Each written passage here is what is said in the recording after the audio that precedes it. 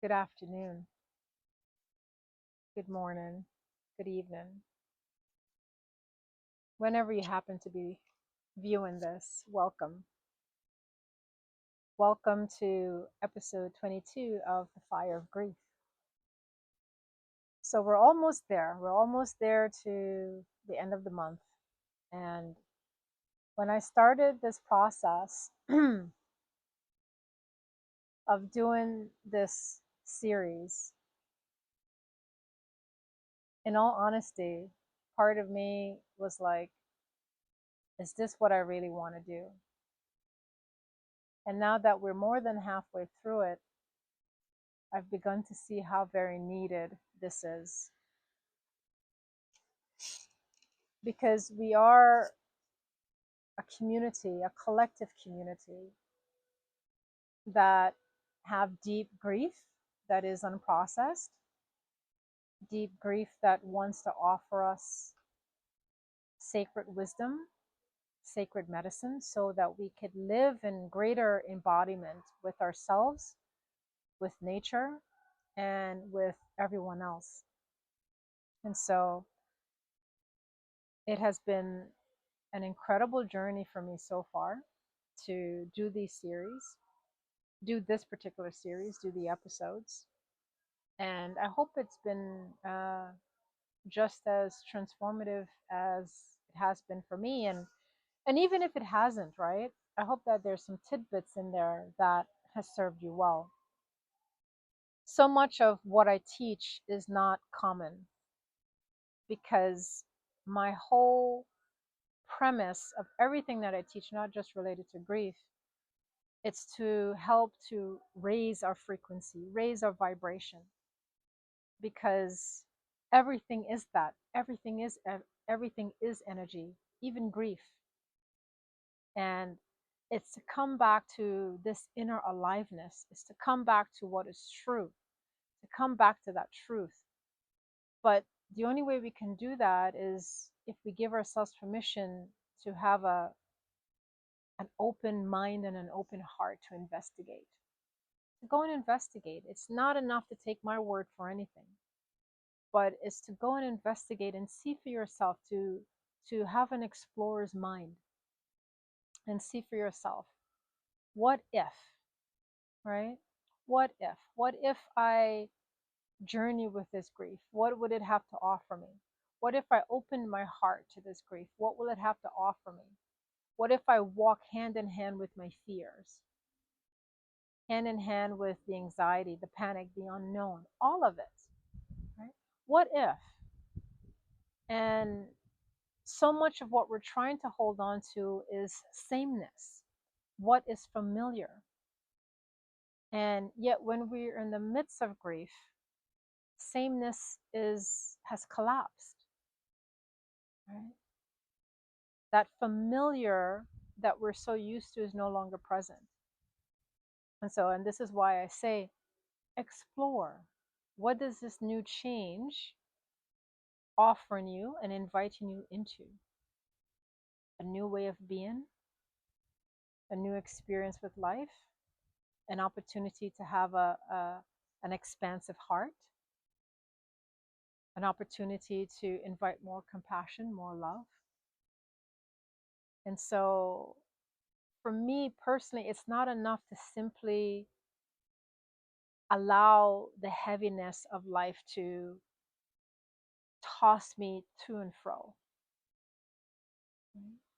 because I'm not a victim to anything, you see. It feels good to be in a victim mode, right? It's like the ego loves that. But that's not life, and that's not true living. That's carrying a heavy weight. And despite all the losses, I know inherently I'm still deserving of joy and beauty and goodness and love, all of it. And what is missing from my life? If I believe in the truth and the spiritual truth that exists, I have lost nothing. If I believe in my own understanding, then I have lost everything. My own understanding of what trust in only my five senses, then I am shipwrecked. So I just wanted to share a little bit of that with you, not to preach, but to continue to invite you to go deeper with yourself, investigate, explore all the facets of who you are during this process of grief, and see where it takes you, see what it exposes within you. This is the work. This is the work. So today I'm outside in the backyard of my friend's house, and it's another beautiful day in North Carolina, and it feels so good. The sun feels magnificent. Sometimes I feel like Superman, um, when he needs to recharge. He goes to the sun, right, and he recharges his energy body, and I feel the same way whenever the sun is shining in my face. It's and in my body. It's just an upliftment, an energetic upliftment that I feel. So, how are you doing? Let's get to that question. How are you? So, let's do our embodied practice. Sitting up nice and tall, right? Remember, we talked about having a sense of regality in your posture. Palms on your thighs, elbows relaxed, shoulders down and away from your ears, chin parallel to the ground. Eyes can be open or closed. Exhale the air out of the mouth. And breathe in. Breathe in that life affirming breath.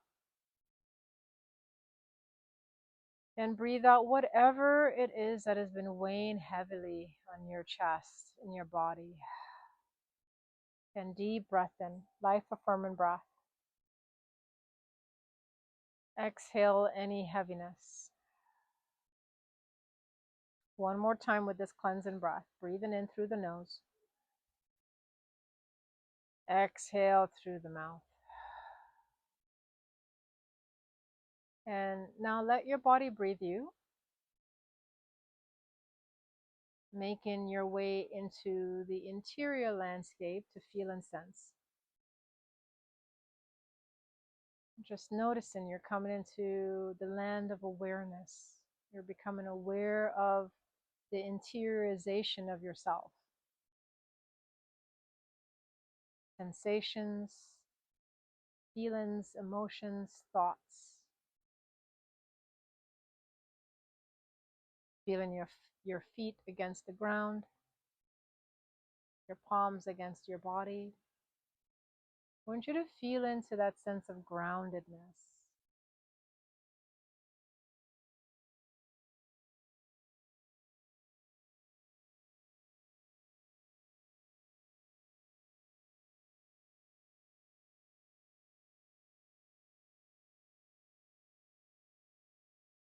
And becoming open to the stillness. Simply inviting that stillness.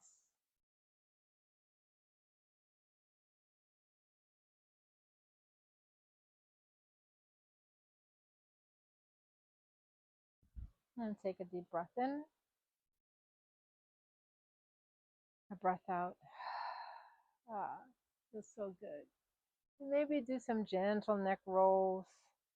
Any direction is fine. Good, and then go in the opposite direction.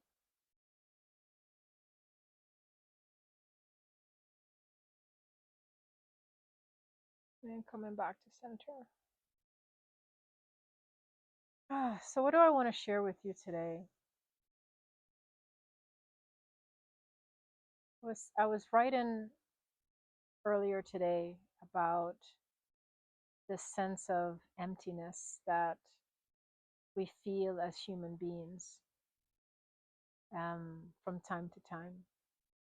And the emptiness that we definitely feel when we're experiencing grief and loss. And I was reminded that in any given situation that I'm always loved and I'm always loved, both at the same time. And for much of my life, I walked as if I didn't have love or didn't feel that I was loved. And one of the transformative aspects of my personal grief story was coming home to the knowing that I'm always loved and that I am loved. And how did this show up for me? After you lose your partner of so many years, right? For me, it was 25 years. There is this phase that you go through where this aloneness does seep in. And because you're interdependent on each other in your relationship for so long, the other person is holding you and supporting you throughout the years that you spend together. That intimacy is missed. And part of my personal journey that I had to go through during grief was, how can I now offer myself the same level of intimacy that I offered my partner? How can I now be the giver of these things to me? How can I love me so deeply, so intensely? How could I be my best friend? How could I learn how to be intimate with myself in all ways? How can I come home to me? And so the grief journey took me on this ride of recalibrating each and every aspect of how I show up with myself. This was the offering that grief gave me, was, here is what we want you to come into, this love relationship with yourself. Yes, you had this 25 years of being supported, being loved on. Now we want you to offer this to yourself. That was my journey. And for all intents purposes, that was the journey that I needed to be on. This practice of radical self-love, this practice of radical self-compassion, this practice of radical self-intimacy. Into me I see intimacy. Into me I see. Do I have the courage to see into me? This is what the intimacy was offering, right? For me to pause the externalness of the othering, to come home unto myself, to see myself, to witness myself, to hold myself, and to say yes to myself. And the wind agrees. I'll take that as a confirmation. And so there's so much, there's so much that is happening in our grief journey. Things that we don't think about. And this is why I'm these episodes, I'm bringing something different than you may have heard of before, because I want us to stretch yourself and to go to that beyond place.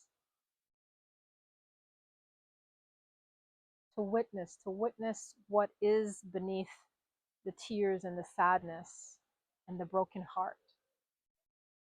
To go beyond that. To move into it, to come into the center of the eye of the hurricane of our grief.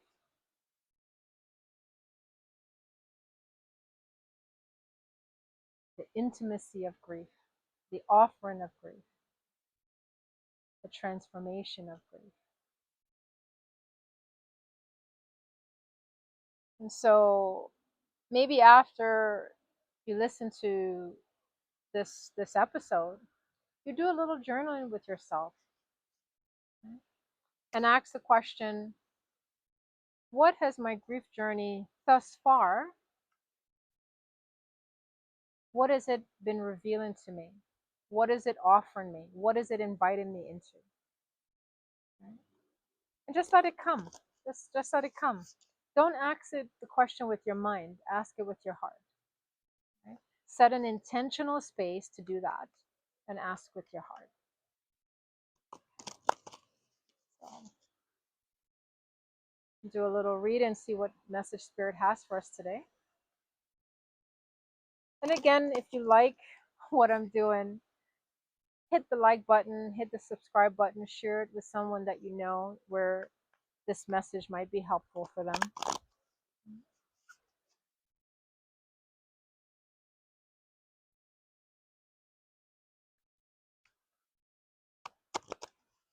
Okay, let's see what message Spirit has for us today.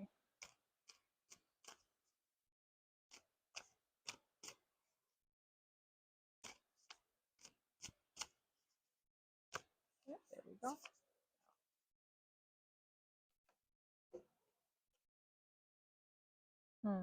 Illumination. Illumination. And so what I'm getting from this is as we trust in the process, maybe as you do this little journaling, something will be illuminated to you. That when we have the courage to explore and investigate hard things that we're going through, right? To have a mind, an innocent mind of a child, to be curious. Right? So much can be illuminated for us. Illumination. May the light be with you. Sending you so much love. See you tomorrow.